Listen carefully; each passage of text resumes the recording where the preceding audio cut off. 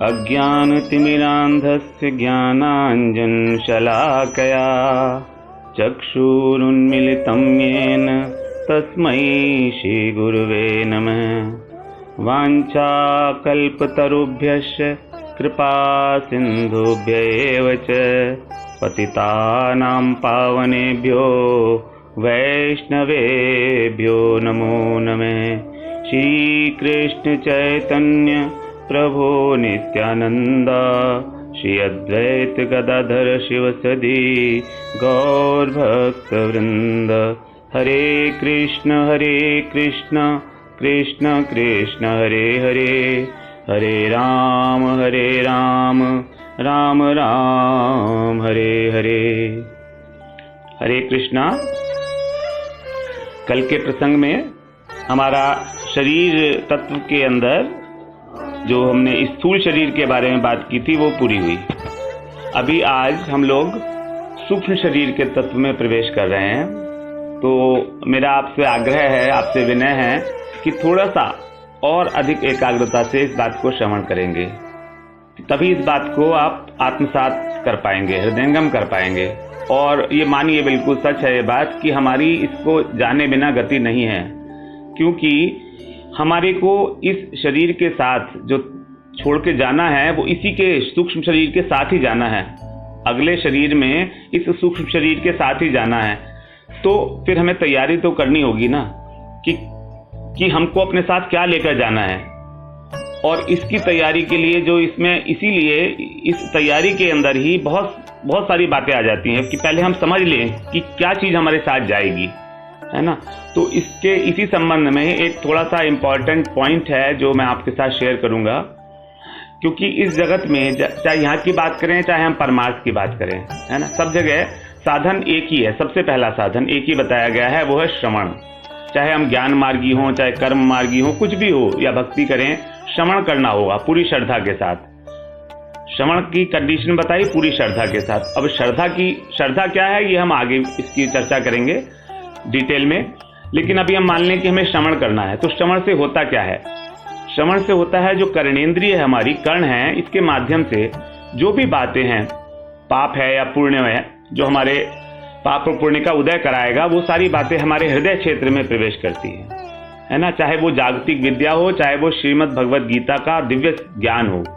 तो हमको इसलिए क्या करना है कि श्रवण करना है श्रद्धा पूर्वक। अब इसके लिए भागवत में एक बहुत अच्छी बात बताई है परीक्षित जी ने। परीक्षित जी बता रहे हैं सुखदेव जी को। परीक्षित जी कौन है? अर्जुन के पौत्र हैं, ये अभिमन्यु के पुत्र है ना। और इनकी रक्षा जो है, इनकी माता जो थी गर्भ में, इनकी माता थी उत्तरा, उनके गर्भ में स्वयं भगवान कृष्ण ने इनकी रक्षा की थी। और सुखदेव जी से वो कह रहे हैं, इसके अंदर सुखदेव जी से कह रहे हैं, वो बता रहे हैं उसके अंदर, शृण्वते श्रद्धया नित्यम गृह्णतस्य स्वचेष्टितम नाति दीर्घेण कालेन भगवन् विशते हृदि। शृण्वतः श्रद्धया नित्यम, यहाँ पर श्रवण की महिमा बता रहे हैं कि श्रवण से क्या होगा। शृण्वतः श्रद्धया नित्यम, जो श्रद्धा पूर्वक नित्य श्रवण करता है, गृह्णतस्य स्वचेष्टितम, और थोड़ा सा प्रयत्न करके अपना चेष्टा डाल के जो उसको ग्रहण करता है। ग्रहण करता है मतलब उसको ग्रहण करके फिर उसका कीर्तन करता है। कीर्तन का मतलब उसके बारे में चर्चा करता है, उस बात को और लोगों को बताता है या खुद समझता है। तो क्योंकि कीर्तन हम तभी करेंगे ना जब हम उसको खुद ही समझेंगे अपनी थोड़ी चेष्टा से।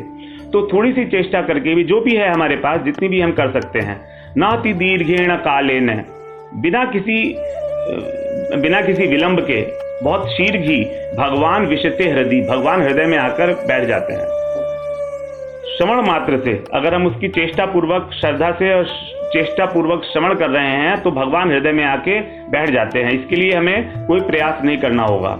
अब जब श्रवण की यह महिमा बताई है तो हमारी जितनी क्षमता है उसी के अनुसार हम लोग जो है हरि कथा श्रवण करें तो भगवान हमारे हृदय में आगे बैठेंगे ही। अब अगर बैठ जाएंगे तो कुछ तो करेंगे ना वो बैठ के, तो क्या करेंगे? क्यों? क्योंकि वो पहली बार हमने देखा था द्वा सुपर्णा सयुजा सखाया, उसमें बताया था कि हमारे हृदय में भगवान हमारे सखा के रूप में बैठे हुए होते हैं, हमारे सुहृद हैं जो अंतर्यामी हैं, जो हमें देखते रहते हैं साक्षी भाव से। तो वो क्या करेंगे कि वो हमारे हृदय को साफ करके उसमें बैठेंगे। अब एक बात बताएं कि बैठने के लिए जो जगह होती है उसको साफ करना पड़ता है। बिना साफ किए कोई भी आदमी नहीं बैठता है। और अगर कोई मित्र जैसे किसी के घर में जाए और उसके घर पर वो पहुंचे और उसके सोफे पर वो कहे कि बैठिए, और सोफे पर थोड़ा सा गंदा पड़ा हुआ है, धूल पड़ी हुई है, तो वो क्या करेगा? क्योंकि वो उसका सखा है, वो मित्र है, तो उससे ये नहीं कहेगा कि तुम पहले सोफा साफ करो। नहीं, वो कहेगा कि वो अपना रुमाल निकाल के, है ना, या पास में कोई कपड़ा पड़ा होगा उससे खुद ही साफ करके उसमें बैठ जाएगा। ऐसे ही भगवान स्वयं हमारे हृदय से जो हमारे विकार हैं, काम, क्रोध, लोभ, मोह, मद और मत्सर, जो हमारे सबसे बड़े शत्रु हैं, जिनके कारण ही ये सारा प्रपंच चल रहा है, तो ये इसको स्वयं साफ करेंगे भगवान और उसमें बैठेंगे। हमारी क्षमता नहीं है कि हम उसको साफ कर पाएं। अभी तक हम कर पाए क्या? नहीं किए। हजारों हजारों जन्म हो गए हैं और वही का वही काम, वही का वही क्रोध, वही मोह, सब का सब एज इट इज वही का वही है, और बल्कि बढ़ रहा है। तो फिर कौन का साफ करेगा? क्योंकि बिना साफ करे तो ठीक नहीं है ना, इसको लेके जाना पड़ेगा वरना अगली बार हमको। इसीलिए हमको बड़ा सावधानी से जो है इसको सफाई करा के भगवान ही साफ करेंगे, वही कर सकते हैं। तो यहाँ पर बोला भगवान विशते हृदय, भगवान बैठते हैं। जो अंतर्यामी परमात्मा है उनका जो एक श्रेष्ठतम रूप हो जाता है भगवान, तो वो है, वही है। भगवान और परमात्मा कोई अंतर नहीं है, लेकिन वो बताएंगे आगे कि किस प्रकार से इनमें दोनों में प्रकाश का डिफरेंस आ जाता है। तो भगवान जो है स्वयं, क्योंकि भगवान जो है सबके सुहृद हैं, सखा हैं सबके, बहुत प्यार करते हैं वो हमसे एक्चुअली, इसीलिए। और वो कैसे करते हैं? अनायास इसको साफ कर देते हैं। इसके आगे वाले श्लोक में बोला गया है, प्रविष्ट कर्ण रंध्रेण स्वानाम भाव सरोरुहम धुनोति शमलम कृष्ण सलिलस्य यथा शरत। प्रविष्ट कर्ण रंध्रेण, कर्ण रंध्र के अंदर जब प्रवेश करती है भगवान की कथा, भगवान की कथा का मतलब है भगवान का नाम, उनका रूप, उनका गुण, उनकी लीलाएं, उनकी बातें, उनकी चर्चा, जो भी हमारे हृदय में प्रवेश करती है वो हम उसको जब धारण करते हैं हृदय में, भाव सरोरुहम, भाव रूपी कमल, हमारा जो हृदय है उसको बताया कमल, तो हम भाव कमल के ऊपर जब उसको धारण करते हैं तो क्या करते हैं? धुनोती माने साफ करना, धुनोती माने जो धोबी करता है, कपड़े साफ करता है, अच्छे तरीके से धोता है। शमलम, शमलम का मतलब जितना कलमश है हमारे हृदय में, ये 6 के 6 जो कलमश है, काम, क्रोध, लोभ, तो कृष्ण है, स्वयं कृष्ण कैसे करते हैं? सलिलस से यथा शरद, जैसे शरद ऋतु में सरोवरों का जो जल है वो स्वतः साफ हो जाता है बिना किसी प्रयास के। जैसे शरद ऋतु आएगी हम देखते हैं कि जो सरोवर अभी तक बहुत मैले हुए थे वर्षा ऋतु के कारण, वो स्वयं साफ हो जाते हैं, वैसे बिना किसी प्रयास के। लेकिन कंडीशन वही है कि हमको भाव सरोरुहम, भाव रूपी, भाव जो हमारे भाव हैं, तो भाव रूपी कमल के ऊपर बैठकर वो साफ करते हैं, यानी कि श्रद्धा पूर्वक। अब हम आते हैं अपने विषय के ऊपर। तो सूक्ष्म शरीर क्या है? सूक्ष्म शरीर के अंदर अंतःकरण इसको बोलते हैं, अंतःकरण चतुष्टय। इस पे चतुष्टय का मतलब 4। एक्चुअली अंतःकरण जो है एक ही है, एक इंद्रिय। करण का मतलब होता है इंद्रिय, उपकरण होता है ना, तो उपकरण से बनाया, उपकरण बनाया शब्द करण से ही। करण का मतलब होता है इक्विपमेंट, तो ये एक इक्विपमेंट है। अंतःकरण, अंतः अंदर है हमारे, जिसे हम देख नहीं सकते। इंद्रियों को तो हम देख सकते हैं कि हमारी इंद्रियां हैं, आंख है, नाक है, लेकिन अंतःकरण को हम देख नहीं सकते। तो ये अंतःकरण एक वृत्ति है, इसकी 4 वृत्तियां हैं इस अंतःकरण की, उसी को बोल देते हैं हम अंतःकरण चतुष्टय। उसके अंदर क्या क्या है? मन, बुद्धि, अहंकार और चित्त, ये 4 आइटम उसके अंदर रखे हुए हैं। अब ये आइटम कुछ अलग सेपरेट नहीं है, हम समझे कि मन अलग है, बुद्धि अलग है, अहंकार अलग है, लेकिन इनको समझने के लिए इनके फंक्शंस अलग अलग हैं और इन फंक्शंस में आपस में ओवरलैपिंग भी है। इंटरचेंजेबली हम कभी कभी मन को चित्त भी बोल देते हैं, मन को बुद्धि भी बोल देते हैं कभी कभी, ऐसा कहा गया है, गीता में भी यूज किया गया है ये शब्द। तो लेकिन इनकी जो वृत्तियां हैं, इनकी जो अपनी वृत्ति है वो अलग अलग हैं। जैसे मन की क्या वृत्ति है? मन की वृत्ति है संकल्प विकल्प करना, और संकल्प विकल्प करना और कामनाएं करना, इच्छाएं करना, ये मन की वृत्ति है। मन पहले सोचता है कि मैं ये करूं या ये करूं, लाइक्स एंड डिसलाइक्स। मन को ये अच्छा लगता है, मन को ये खराब लगता है। हम लोग, सब लोग मनोधर्म के से ही प्रेरित होकर अपने अपने कार्यकलाप करते हैं। हमें पिक्चर जाना अच्छा लगता है, मेरे मन को अच्छा लगता है, ठीक है मैं पिक्चर जा रहा हूं। मेरे मन को जो अच्छा लगता है मैं वही काम करता हूं। क्यों? क्योंकि मैं मन का दास हूं, क्योंकि मैं मन का नौकर हूं। मन मेरा मालिक है। आज की तारीख में यही है कि मन ही मेरा मालिक है। मन बड़ा बड़ा पुराना है, बहुत बहुत पावरफुल है, वो मेरे ऊपर कंट्रोल करता है। मेरा मन कहता है कि चलो उठ के और रेस्टोरेंट जाना है, खाना खाना है, चलो उठ के चल दूंगा मैं। तो जो मेरा मन आदेश कर रहा है मैं उसको कर रहा हूँ। संकल्प विकल्प करता है और इच्छाएं करता है।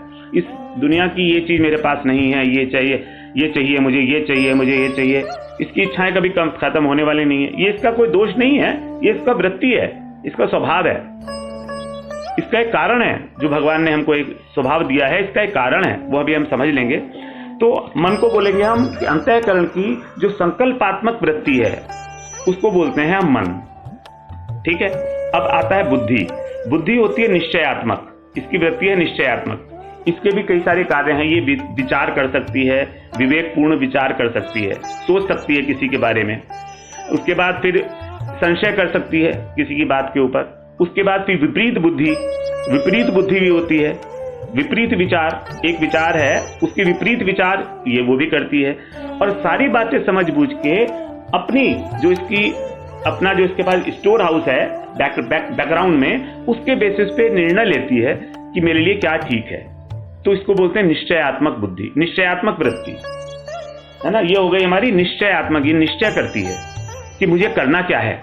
और ये करती है जो बैकग्राउंड इंफॉर्मेशन इसके पास अवेलेबल है, उसको रिट्रीव करती है और उसको उसके बेसिस के ऊपर डिसीजन ले लेती है कि हाँ मुझे ये करना है। मन ने ये कहा कि मैं वहां जाऊं कि नहीं जाऊं, तो मन ने ये कहा कि मेरे को आज रसगुल्ला खाना है। लेकिन बुद्धि ने कहा देखो रसगुल्ला तो खाना है, मैं समझ रही हूँ, अच्छी बात है, मगर उसमें शुगर हो जाएगी तुमको, डॉक्टर ने तो मना किया है। तो क्या करेगा, बुद्धि डिसीजन लेगी कि नहीं आज नहीं खाना है शुगर, है ना, आज नहीं लाना है, हमको रसगुल्ला नहीं खाना है। और अगर खाना है तो इसका मतलब क्या है कि उसके बाद उपवास करना है थोड़ा। तो ये बुद्धि का निश्चय है, ये विवेक प्रधान है और विचार कर सकती है, ये है बुद्धि। तो इसकी वृत्ति हुई निश्चयात्मक वृत्ति। नंबर 3 आता है अहंकार। अहंकार बड़ा इंपॉर्टेंट है, इसको हम अलग से एक बार चर्चा करेंगे। इसकी अहंकार का मतलब होता है कि मैंपन का भाव, कि मैं हूं, ये मेरा है, ये मैंने किया है। सूक्ष्म अहंकार और स्थूल अहंकार, 2 तरह के अहंकार बताए थे। जो स्थूल शरीर से लिंक्ड है उसको स्थूल अहंकार बोल दिया कि मैं मोटा हूं, मैं पतला हूं, मैं पैसे वाला हूं, मैं धनवान हूं, मैं पुरुष हूं, मैं स्त्री हूं। ये हमारा स्थूल अहंकार है क्योंकि स्थूल शरीर से लिंक्ड है। और सूक्ष्म अहंकार ये है कि मैं क्या हूं, भोगता हूं, मैं भोगता हूं, मैंने ये काम किया है और मैं ही इसका भोग करूंगा, मैं ही सुखी हूं, मैं ही दुखी हूं। सुख और दुख का अनुभव जो है किसको होता है, मन को होता है। तो इसीलिए ये सूक्ष्म अहंकार की जो भावना है, जो सूक्ष्म अहंकार है, ये इसी में आ जाता है, सूक्ष्म अहंकार में। उसके बाद आता है चित्त। चित्त एक ऐसी चीज है जिसको हम हृदय की संज्ञा भी देते हैं और ये रिलेटिवली बहुत शुद्ध है। और ये हमारे संस्कार, जितने भी पूर्व जन्मों के संस्कार हैं, हमारे अनेकानेक जन्मों के, अनंत जन्मों के सारे संस्कार बहुत ही सूक्ष्म रूप में इसके अंदर माइक्रोचिप की फॉर्म में इसके अंदर अवेलेबल हैं। सारे संस्कार इनग्रेव्ड है इसमें। This is a very very very big store house of all the samskaras and we are going from one body to the other along with these sanskaras. So चित्त is always associated with that.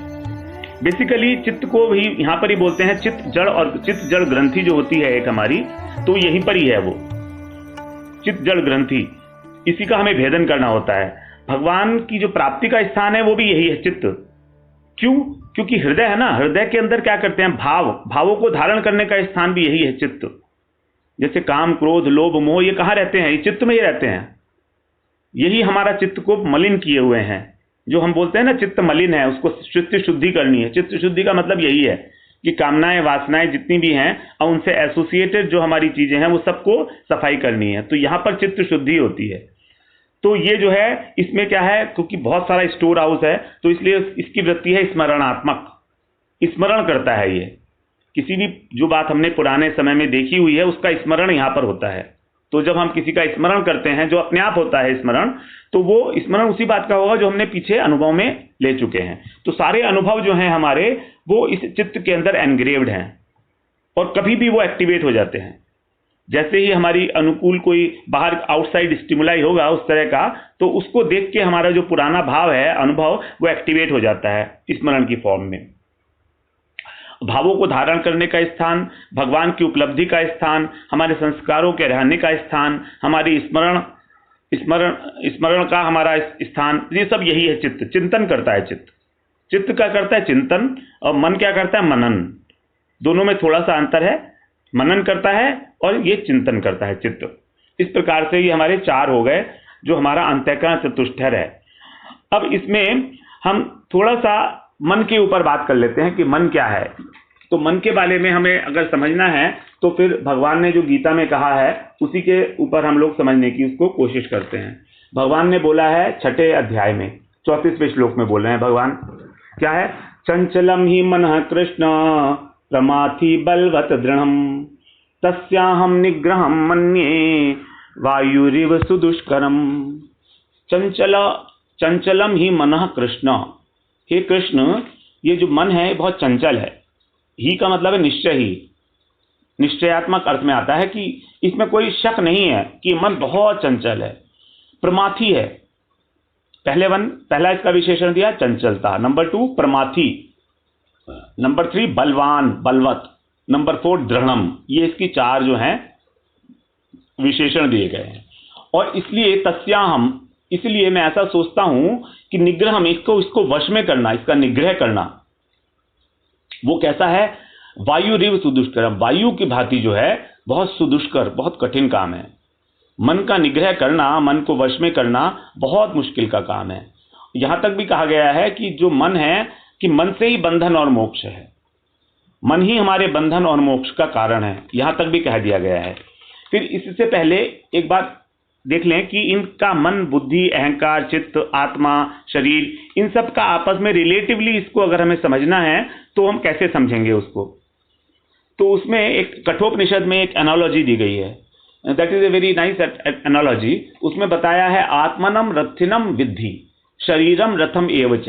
इस प्रकार से है वो, आत्मानम जो आत्मा है उसको तुम रथी समझो, रथिनम विद्धि, विद्धि माने जानो, आत्मा को रथी जानो कि रथ के ऊपर जो सवार होता है। और शरीरम रथम एवच, और शरीर जो है वो रथ है, चैरियट। ये जो हमारा शरीर है इट्स ए व्हीकल है ना, इट इज ए चैरियट जिसके ऊपर रथी बैठा हुआ है, आत्मा बैठी हुई है। अब वो क्या हो रहा है कि आत्मा तो हो गई रथी, शरीर हो गया रथ, और हमारा जो बुद्धि है वो है सारथी। उस रथी तो बैठा हुआ है, लेकिन सारथी अलग होता है, रथी अलग होता है। तो जैसे अर्जुन तो रथी थे ना और कृष्ण सारथी थे, तो सारथी कौन है? बुद्धि है ना। और मन क्या है? मन है लगाम, इसको बोला है लगाम। लगाम ही जो है वो क्या करती है? इंद्रियों को कंट्रोल करती है। हमारी जो 10 इंद्रियां हैं, 5 ज्ञानेंद्रियां, 5 कर्मेंद्रियां, इनको जो कंट्रोल करती है वो करता है मन। तो अल्टीमेटली जो इंद्रियां हैं वो सारी इंफॉर्मेशन मन को रिपोर्ट करती हैं, और इंद्रियों के थ्रू मन ही उस विषय वस्तु का भोग करता है। जो 5 रस हैं, शब्द, स्पर्श, रूप, रस और गंध, इन सब का जो भोग है इस संसार में वो इंद्रियां नहीं करती हैं। इंद्रियां तो उसको ग्रहण मात्र करती हैं, और उसको ग्रहण करके ये मन जो है उसको भोग करता है, सुख और दुख का भोग करता है उनके अकॉर्डिंगली। तो इस प्रकार जो है मन है ये इंद्रियों का स्वामी है, ये लगाम है, लगाम की भांति है। और बुद्धि हो गई हमारी लगाम। और जो विषय हैं ये 5 विषय जो है ये शब्द, रूप, रस, स्पर्श और गंध, यही है रास्ता। और हमारी जो ये इंद्रियां हैं, ये इंद्रियां हैं घोड़ा, जो 10 इंद्रियां हैं हमारी, 5 कर्मेंद्रियां, 5 ज्ञानेंद्रियां, ये अश्व समूह है, घोड़े हैं उसके अंदर जो भाग रहे हैं। अब अगर मान लीजिए लगाम थोड़ी सी भी ढीली होगी तो इंद्रियां हमें कहीं का कहीं ले जाएंगी। दूसरे अध्याय में बहुत अच्छी तरीके से इस बात को बताया गया है कि कैसे हमको इंद्रियों को कंट्रोल करना है, मन को कंट्रोल करना है। फिर वहां पर एक बात और बड़ी अच्छी बताई है कि दूसरे अध्याय में कि इंद्रियों से जो शरीर से बलवान है इंद्रियां। हमारा जो शरीर है उससे बलवान है हमारी इंद्रियां, और इंद्रियों से बलवान है हमारा मन। क्योंकि हमारा मन अगर किसी चीज के लिए कर रहा है तो हम उठ के वहां पर चल जाएंगे, हम उठ के वहां पर काम करने लगेंगे जाके, तो हमने अपनी इंद्रियों को एक्टिवेट कर लिया। अगर हमारा मन नहीं है तो हम किसी चीज को देखेंगे ही नहीं। हम अपने नेत्रों से देख रहे हैं तो भी हमारा मन नहीं है, तो उसको ना देखने के बराबर ही होता है। तो मन जो है वो इंद्रियों को कंट्रोल करता है, तो मन श्रेष्ठ है। लेकिन मन से श्रेष्ठ होता है बुद्धि, क्योंकि बुद्धि सारथी बताई ना यहाँ पर, तो लगाम को कंट्रोल करता है सारथी, तो इसलिए बुद्धि सारथी है। और बुद्धि से भी श्रेष्ठ है आत्मा, वो रथी है, वो तो मालिक ही है जो बैठा हुआ है। तो अल्टीमेटली क्या हो रहा है कि अगर हम मन को ढील देते हैं तो इसका मतलब क्या है कि हम गड्ढे में जा सकते हैं, इंद्रियां हमें गड्ढे में ले जाएंगी। इसीलिए सारथी को स्ट्रांग होना पड़ेगा, बुद्धि को। अगर बुद्धि स्ट्रांग नहीं है, सारथी स्ट्रांग नहीं है, तो he will not be able to control the मन। वो लगाम को कंट्रोल नहीं कर पाएगा सारथी। अब लगाम को कंट्रोल अगर ढील दिया तो इंद्रियां तो हमको लेकर ही जाएंगी विषयों में, और वो ले जा ही रही हैं और हम जा ही रहे हैं डायरेक्ट। तो इस प्रकार से जो है हमको बुद्धि को स्ट्रांग करना है किसी भी तरीके से, कि हमारी बुद्धि एक तरह से मन को कंट्रोल कर पाए। मगर मन हमेशा से बुद्धि को हावी होता आया है ऊपर, मन हमेशा से बुद्धि के ऊपर हावी होता आया है, क्योंकि मन बहुत स्ट्रांग है। अब मन का स्वभाव जान लेते हैं क्या है, जो अभी भगवान ने बताया था, 4 बताई थी भगवान ने, विशेषण दिए थे मन को। तो 4 विशेषण ये आ जाते हैं मन के, बड़े अच्छे विशेषण है ये, इससे सब समझ में आ जाएगा कि चंचलम ही मन है कृष्ण, ये चंचल है मन। सबसे पहले नंबर 1 चंचल। चंचल का मतलब एक जगह टिकता नहीं है, कभी यहां कभी वहां कभी वहां, फुदकता रहता है एक वस्तु से दूसरे वस्तु पर, हमेशा चलता रहता है। कैसे है चंचल, कैसे है, जैसे दीप शिखा, जैसे कहीं हवा चल रही है और वहां पर हम दीपक जला दें तो उसकी शिखा जो है वो चंचल रहेगी। लेकिन अब ये जो हवा है ये क्या है, ये विषय है।